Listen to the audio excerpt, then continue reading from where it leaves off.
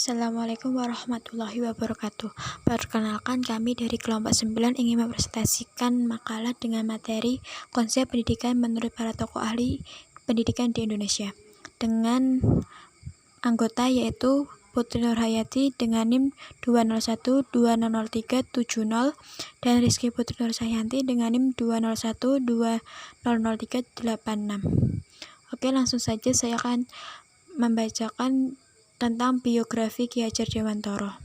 Ki Hajar Dewantara terlahir dengan nama Raden Mas Suwardi Suryaningrat pada 2 Mei 1889. Ia berasal dari lingkungan keluarga keraton, tepatnya Pura Pakualaman, Yogyakarta. Ki Hajar Dewantara meninggal dunia pada tanggal 26 April 1959 di rumahnya Mujamuju, Yogyakarta. Tanggal 29 April, jenazah Ki Hajar Dewantara dipindahkan ke pendopo Taman Siswa. Kemudian pada tanggal 28 November 1959, Ki Hajar Dewantara ditetapkan sebagai pahlawan nasional. Dan pada tanggal 16 Desember 1959, pemerintah menetapkan tanggal lahir Ki Hajar Dewantara tanggal 2 Mei sebagai Hari Pendidikan Nasional berdasarkan keputusan Presiden RI nomor 316 tahun 1959. Berikutnya biografi singkat Dria Karya. Profesor Dr. Nikolaus Dria Karya, SC, lahir di Kedung Gubah, Kalanggesing, Purworejo pada tanggal 13 Juni 1913 dan meninggal di Girisonta, Ungaran, Jawa Tengah pada tanggal 11 Februari 1967 pada umur 53 tahun. Ajaran pokok Dria Karya yaitu manusia adalah kawan bagi semua. Maknanya, manusia adalah rekan atau teman bagi sesamanya di dunia sosialitas ini, atau nama lainnya itu Homo homini socius, dan pikiran Homo homini socius ini ditaruhkan untuk mengkritik, mengkoreksi, dan memperbaiki sosialitas preman, sosialitas yang saling mengerkah, memangsa, dan saling membenci. Dalam Homo homini lupus, manusia adalah serigala bagi manusia lain.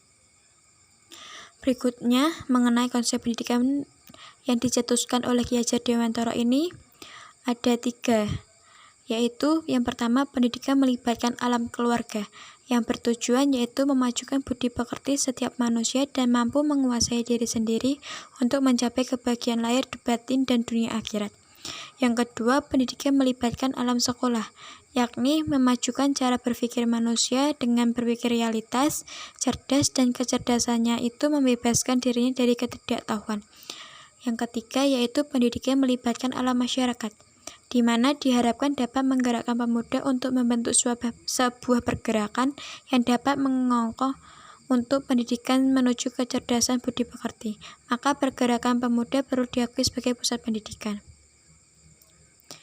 Selanjutnya, relevansi pemikiran Ki Hajar Dewantara dengan pendidikan nasional.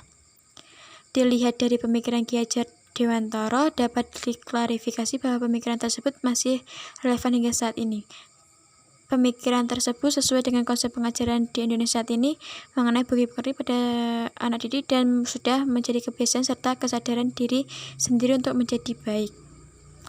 Selanjutnya, konsep pendidikan menurut Dria Karya, yaitu yang pertama, pendidikan menurut pandangan Dria Karya, di mana ia berpendapat bahwa mendidik dan dididik merupakan perbuatan yang fundamental, artinya perbuatan yang mengubah dan menentukan hidup manusia. Yang kedua, pendidikan sebagai humanisasi, yaitu berangkat dari pemahaman mengenai humanismus yang berarti kehidupan manusia dan masyarakat yang sempurna karena sesuai dengan tuntutan dan cita-cita manusia. Penggambarannya adalah manusia mengangkat alam menjadi alam yang dimanusiawi. Yang ketiga, struktur dan nilai pendidikan. Dapat dipahami bahwa pendidikan adalah pemanusiaan yang terjadi dalam kesatuan di dalam keluarga. Makna penting untuk melihat kesatuan orang tua dan anak, pendidikan. Sedangkan pada pemahaman nilai di sini yaitu nilai-nilai yang fundamental untuk manusia dan nilai moral dan nilai keagamaan.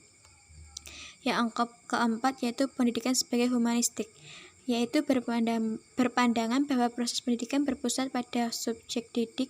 Dalam hal ini peran guru dalam proses pendidikan sebagai fasilitator dan proses pembelajaran dalam konteks proses penemuan yang bersifat mandiri. Selanjutnya, pandangan filsafat pendidikan Tria Karya dalam menghadapi tantangan pendidikan era industri 4.0.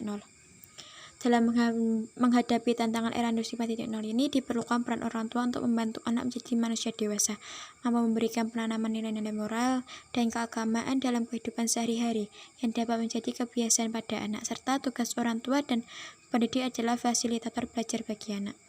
Sekian dari kelompok kami, apabila ada kurang lebihnya mohon maaf. Wassalamualaikum warahmatullahi wabarakatuh.